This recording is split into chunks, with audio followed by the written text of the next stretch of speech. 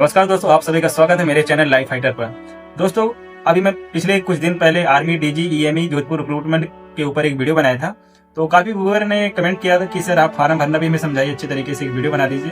तो दोस्तों, आज उसी के रिलेटेड हम वीडियो बनाने वाले हैं, लेकिन इससे पहले कुछ हम डिटेल बता देंगे जिससे जो नए नए ऑडियंस आएंगे हमारी वीडियो देखेंगे उनको भी समझ आ सके। तो दोस्तों, अब हम बात करते हैं भर्ती की जानकारी कुछ देंगे। टोटल पद है इसमें, टोटल कुल 6 पद है दोस्तों। बार में एक पद रखा गया है। योग्यता रखी गई दोस्तों 10वीं पास। सैलरी रखा गया 18,000 से 56,000 दोस्तों। और अनुभव 1 साल होना चाहिए। यदि आप बार में आना चाहते हैं 1 साल का अनुभव होना चाहिए दोस्तों। अनुभव का एक सर्टिफिकेट भी मांगा जा सकता है। अब हम बात करते हैं व्हीकल मैकेनिक। व्हीकल मैकेनिक में एक पद है दोस्तों। इसमें योग्यता रखी गई है ITI होना चाहिए मोटर व्हीकल ट्रेड में। सैलरी दोस्तों 18,000 से 56,900 रखा जाएगा दोस्तों। अब हम बात करते हैं ट्रेडमैन मेट। इसमें 3 पद है दोस्तों।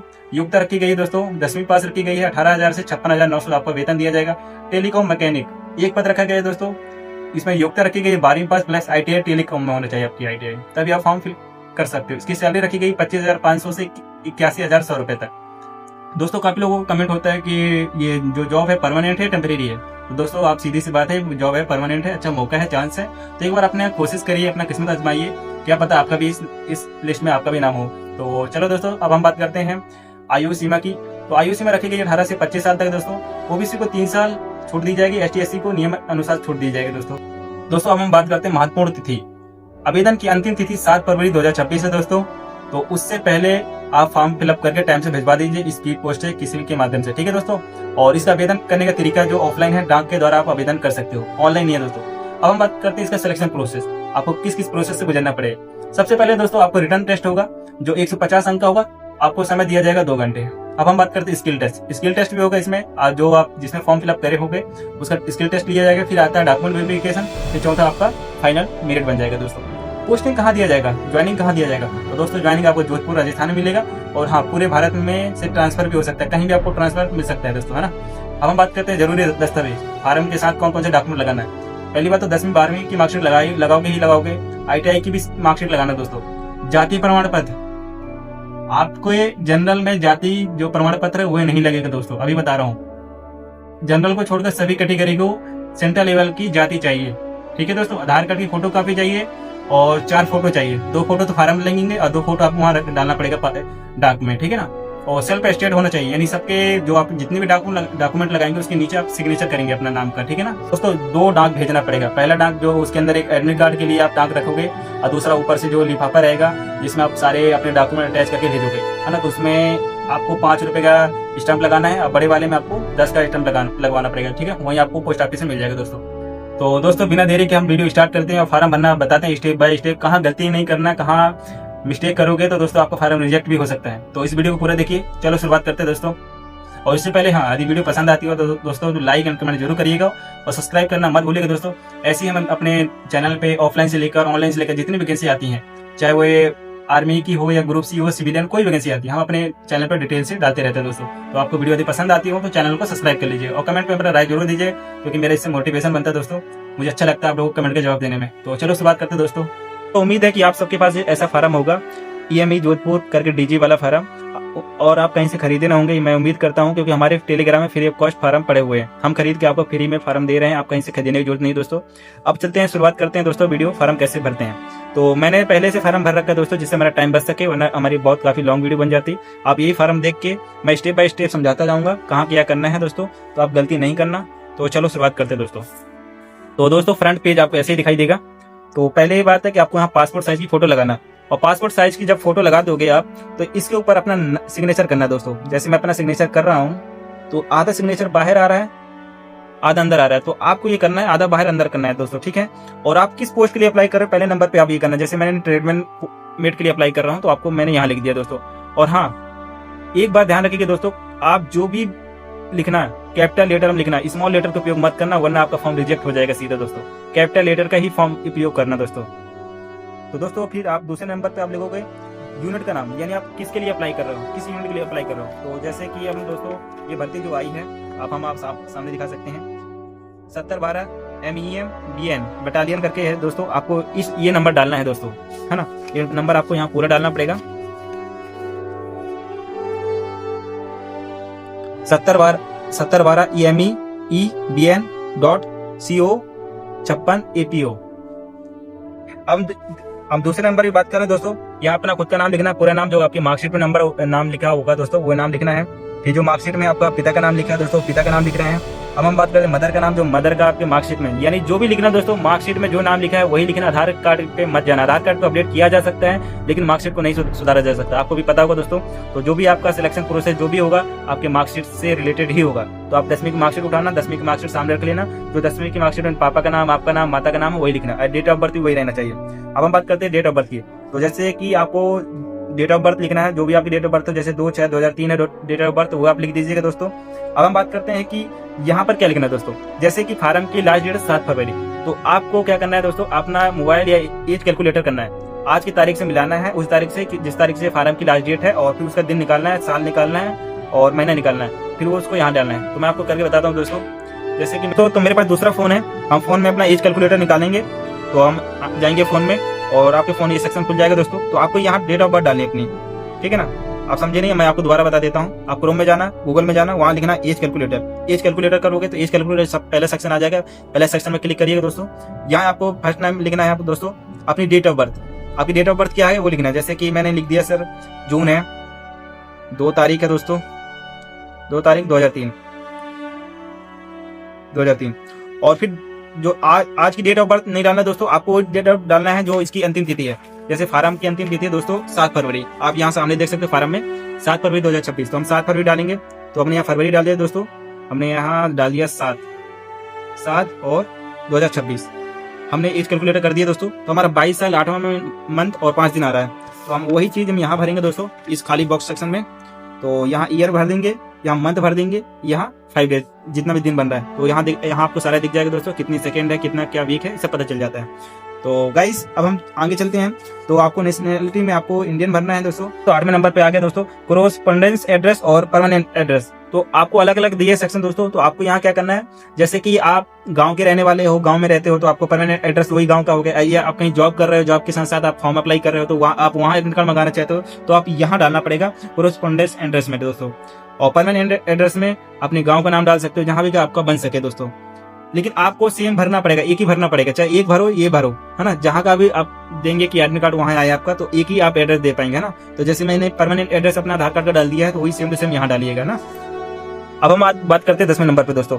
तो आप किस कैटेगरी से फॉर्म अप्लाई कर रहे हैं, तो जो भी है यूआर लग रहा है, ओबीसी लग रहा है, एसटी एससी जो भी है, तो आप यहाँ फिलअप करके लिख दीजिएगा दोस्तों।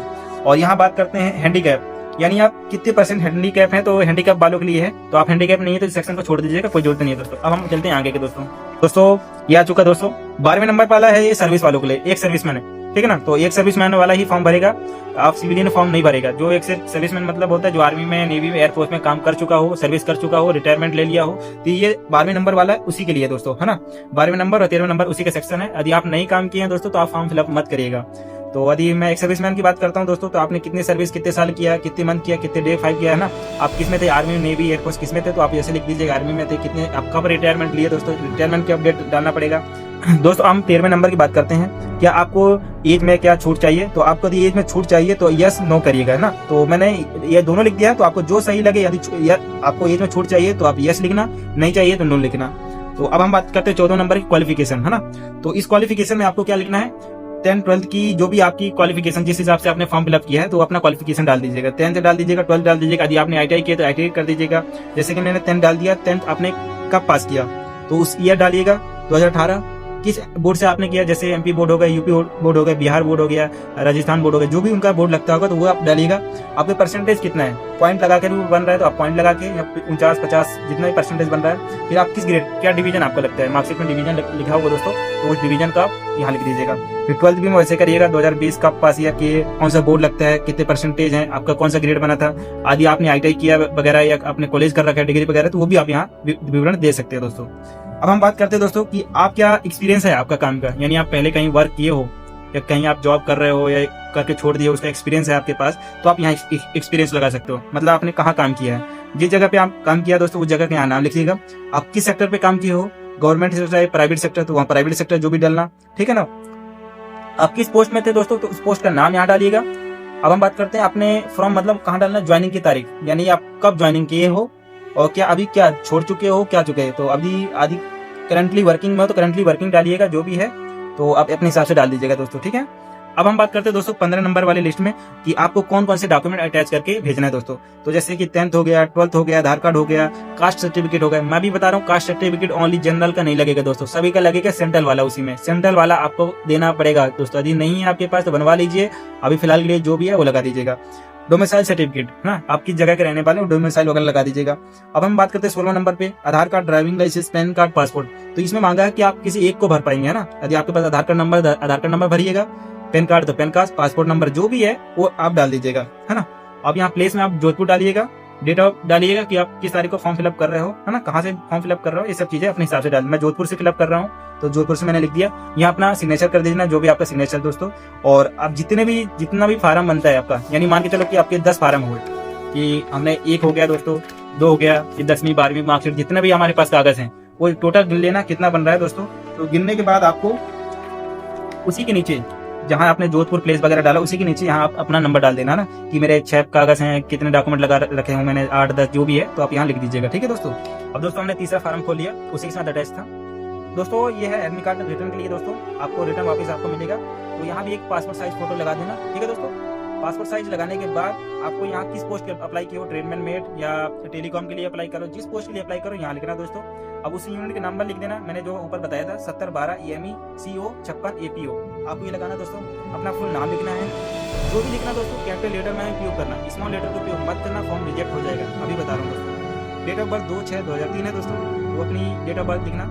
जेंडर क्या है आपका, मेल फीमेल जो भी है आप लिख दीजिएगा। आपके माता का नाम क्या है, फादर का नाम क्या है। और अभी बता रहा हूँ फिर से कि ये भी जो भी लिखना है दोस्तों अपने 10वीं की मार्कशीट लेकर ही लिखना, क्योंकि 10वीं की मार्कशीट को चेंजेस नहीं किया जा सकता, उसी के आधार पर आपका नाम वगैरह बनता है दोस्तों, है ना। आर्मी में एक बात रूल है, आधार कार्ड पे कुछ नहीं, आधार कार्ड तो भाई नकली डुप्लीकेट बन सकते हैं, आप सभी को पता है दोस्तों, है ना। फिर आपकी किस कैटेगरी अप्लाई करे हो फॉर्म, तो आप OBC के लिए हो, ST SC जो भी है, जिस कैटेगरी में अप्लाई किए हो तो आप यहाँ लिख दीजिएगा दोस्तों। अब हम बात करते हैं 9 नंबर पे दोस्तों अपना एड्रेस आपको करना है। आप किस विलेज से रहने वाले हो, किस गांव से रहने वाले हो, किस सिटी को, तो यहाँ सिटी डालना है दोस्तों। पोस्ट ऑफिस डालना है दोस्तों, तहसील डालना है, फिर आपको डिस्ट्रिक्ट डालना है, स्टेट डालना है, पिन कोड, आपका पिन कोड क्या लगता है दोस्तों, पिन कोड डालना है। यहाँ अपना नंबर है, जो आपका कंट्री नंबर चालू हो, है ना, वो नंबर डालिए, क्योंकि इसमें कॉल भी आ सकती है। और दूसरा ईमेल ID, यानी कॉल ईमेल के माध्यम से आपको बताया जा सकता है, तो ईमेल और कॉल नंबर ऐसा डालना जो भी चालू हो और आप अच्छी तरीके से जानते हो, यूज करते हो, है ना, इसके अपने हिसाब से। बाकी फॉर ऑफिस यूज ओनली, इसको छोड़ देना, ये तो ऑफिस वालों के लिए है, वो अपने हिसाब से भरेंगे। यदि आपको यहाँ सिलेक्ट करते हैं तो वो इस चीज़ को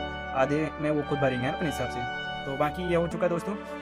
तो दोस्तों हमने बता दिया कि फार्म कैसे फिलअप करना दोस्तों। और हाँ, अभी फिर से दोबारा बता रहा हूँ दोस्तों कि आपको 10वीं की मार्कशीट लगा देना है, 12वीं की मार्कशीट लगा देना है, एक जन्म तिथि जो भी जन्म प्रमाण पत्र वो 10वीं की 12वीं की मार्कशीट में लिखा ही रहता है दोस्तों। मूल निवास आप कहाँ के रहने वाले वो लगा दीजिएगा। जाति प्रमाण पत्र जो है दोस्तों केवल जनरल का नहीं लगेगा, बाकी अदर कास्ट जो भी है अदर कैटेगरी वाला वो सबका लगेगा, ठीक है। और सेंट्रल वाला लगेगा, आपको स्टेट का नहीं चलेगा, सेंट्रल का बनवाना पड़ेगा। आप बनवा लीजिए, तहसीली से बन जाएगा दोस्तों। तो आपको जाति लगाना पड़ेगा दोस्तों। आधार कार्ड, वोटर ID किसी एक चीज में लगा दीजिएगा, आधार कार्ड लगा सकते हो। और सेम की फोटो, यानी आपको 4 फोटो लगाना, 2 फार्म में फोटो लगेंगे, एक तो फर्स्ट वाले फार्म में लग जाएंगे दोस्तों, और एक तो एडमिट कार्ड वाले लग जाएंगे, और 2 डालना है दोस्तों। तो इस चीज का ध्यान रखना है, 4 फोटो डालना है दोस्तों। और दोस्तों अनुभव प्रमाण पत्र, यदि आपका एक्सपीरियंस, मैंने बताया था एक्सपीरियंस वाला, यदि आपके पास एक्सपीरियंस है तो आप लगा सकते हो। यदि आपने NCC करके रखा तो वो भी लगा देना, स्पोर्ट करके रखा तो वो भी लगा देना, ये आपको बेनिफिट देगा। अभी आपको मालूम नहीं पड़ेगा, लेकिन वहां जाने के बाद मालूम पड़ जाएगा दोस्तों। तो यदि आपके पास है NCC वगैरह, स्पोर्ट वगैरह, या किसी कौन सा कोई भी सर्टिफिकेट स्पोर्ट वाला भी है तो आप लगा देना, है ना। सबसे बड़ा लिफाफा होगा ऐसा करके, ये मेरे पास है लिफाफा। आपको एक बड़ा सा लिफाफा लेना है और एक छोटा सा लिफाफा लेना, 2 लिफाफे की जरूरत पड़ेगी दोस्तों, है ना। ये लिफाफा, इसमें एडमिट कार्ड आएगा और इसमें पूरा डाक जाएगा आपका, है ना, पूरे डॉक्यूमेंट जो भी अटैच करके फार्म सहित इसमें अंदर जाएंगे। तो जो फर्स्ट में दोस्तों आप लिख रहे हैं फ्रॉम, यहाँ जहां से आप भेजने वाले हो, मैंने अपने हिंदी भाषा में लिख दिया समझाने के लिए। जहां से आप भेज रहे हो अपना नाम लिखना है, कैपिटल लेटर में, पूरा कैपिटल लेटर में लिखना है, स्मॉल लेटर का उपयोग नहीं करना दोस्तों। फिर विलेज लिखना है, पोस्ट ऑफिस कौन सा है आपका वो लिखना है दोस्तों, डिस्ट्रिक्ट कौन सा वो लिखना है, स्टेट कौन सा है वो लिखना है दोस्तों। और जैसे स्टेट मेरा MP हो गया, फिर उसका पिन कोड नंबर क्या है वो लिख देना, अपना मोबाइल नंबर, जो नंबर आपका चालू हो कंटिन्यू आपसे उनसे बात हो सके अटैच करके, है ना। फिर 2 में यहाँ नीचे थोड़ा गैप देकर आप नीचे जहां भेज रहे हो, जैसे दार रिक्रूटमेंट ऑफिसर हेडक्वार्टर वगैरह, जहां भी आपका एड्रेस है, जहां भेज रहा हूं मैं आपको, स्क्रीन में शो कर रहा होगा एड्रेस, वो एड्रेस यहाँ डाल देना दोस्तों, ठीक है ना। डालने के बाद आपको पीछे बैक में आपको क्या करना है, for the post of store keeper, जैसे मैं स्टोर कीपर में फॉर्म अप्लाई कर रहा हूँ तो स्टोर कीपर लिख दिया। आप जिस पोस्ट के लिए अप्लाई कर रहे हो दोस्तों वो पोस्ट आपको यहाँ मेंशन करना पड़ेगा। ग्रुप C की है रिक्रूटमेंट, ये लिख दीजिएगा दोस्तों, भर्ती जो ग्रुप C की होती है सिविलियन की। और कौन सी कैटेगरी से आप फॉर्म अप्लाई कर रहे हो, OBC UR के लिए, ST SC किस कैटेगरी से वो लिख दीजिएगा दोस्तों, ठीक है दोस्तों। और हाँ, इसमें एक स्टाम्प लगवाना पड़ेगा आपको। इसमें 10 रुपए का स्टाम्प लगवा सकते हो, अब यहाँ साइड पे लगवा सकते हो। अब हम बात करते हैं छोटे वाले लिफाफे में जिसमें आपका एडमिट कार्ड आना है। तो इसमें आपको फॉर्म करके अपना पूरा नाम, village, post office, district, state कौन सा है, फिर उसका pin code number, mobile number डाल देना। ये गैप छोड़ देना, आपको यहाँ टू वगैरह कुछ भी नहीं लिखना, वो खुद अपने हिसाब से अपने लिख लेंगे। आपको खाली पीछे छोड़ देना, कुछ भी मत करना। यहाँ ओनली आप फोटो डाल देना, 2 फोटो जो भी है, एक फोटो इसमें डाल देना, एक इस वाली सिंगल फोटो में, ठीक है। 2 फोटो तो आपके लग ही जाएंगे, एक फोटो इसमें डाल देना एडमिट कार्ड के लिए और दूसरी फोटो इस वाले में डाल देना। 2 फोटो लग जाएंगे, टोटल 4 फोटो हो जाएंगे। दोस्तों ऐसे करके आप बड़े लिफाफे में अंदर आप आराम से ऐसे डालिएगा। और हाँ, एडमिट कार्ड वाले में आपको स्टाम्प लगवाना पड़ेगा ना, आप 5 रुपए के स्टाम्प इसमें और 10 या 20 रुपए के स्टाम्प इसमें लगवाना पड़ेगा, ठीक है। इस बात का ख्याल रखिएगा, मैं बताना भूल गया था, अभी याद आई तो बता दिया, ठीक है दोस्तों। तो गाइस आपने अभी तक आर्मी डीजी ईएमई वाला जोधपुर वाला हमारा वीडियो देखा होगा। उम्मीद करता हूँ कि आप काफी लोग फॉर्म फिलअप कर चुके होंगे और काफी लोग हमारी वीडियो देख के सब फॉर्म फिलअप कर रहे होंगे। और मैं यही चाहता हूँ दोस्तों, आप एक कमेंट ज्यादा कमेंट जरूर करिएगा कि वीडियो कैसी लगी, वीडियो में क्या दिक्कत आई, क्या समझ में आया, क्या नहीं आया। कोई प्रॉब्लम हो तो आप हमारे इस नंबर व्हाट्सएप नंबर पे मैसेज कर सकते हैं दोस्तों। आपको स्क्रीन में नंबर हमारा शो कर रहा होगा, यहाँ आपको जवाब दे देंगे। हमारे टेलीग्राम में जुड़ जाएगा, डिस्क्रिप्शन में लिंक होगा दोस्तों। वहाँ जुड़ने के बाद आपको फ्री ऑफ कॉस्ट कोई भी पीडीएफ आपको फ्री ऑफ कॉस्ट मिल जाएगी। किसी भी आपको खरीदने की जरूरत नहीं है, कहीं एजेंट को पैसा देने की जरूरत नहीं है दोस्तों। हम फार्म खरीदेंगे, पैसे देकर खरीदेंगे, हम आपको फ्री में देंगे दोस्तों, है ना। तो गाइस यही है, तो चलते हैं दोस्तों, हम मिलते हैं नेक्स्ट वीडियो में एक नई वैकेंसी के साथ। तब तक के लिए अपना ध्यान रखिए, अपने परिवार का ख्याल रखिए दोस्तों। वीडियो पसंद आई हो तो लाइक एंड शेयर जरूर करिएगा, सब्सक्राइब करिएगा और कमेंट में जाते जाते अपना राय जरूर दीजिए। थैंक यू सो मच, जय हिंद।